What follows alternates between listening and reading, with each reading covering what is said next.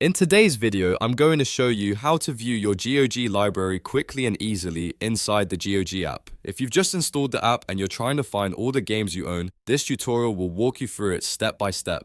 And if this helps you out, make sure to hit the like button and subscribe for more simple software guides just like this. Alright, let's get into it. First, open the GOG app on your computer. Once the app loads, take a look at the left-hand menu. This is where GOG keeps your main navigation options, so you don't have to search around in different tabs or menus. In that left sidebar, click on Owned Games. This is the section that shows everything connected to your GOG account. After you click it, you'll be taken directly to your library, where you can see all of the games you own in one place. If you have a large library, you may see lots of titles here, and you can scroll through them to find the one you want. From this screen, you can also start managing your collection more easily, since everything is organized under your owned games list. So, to recap, open the GOG app, click Owned Games from the left menu, and your full library will appear right there on the screen. It really is that simple. If this video helped you, don't forget to like, subscribe, and turn on notifications so you never miss another quick tutorial.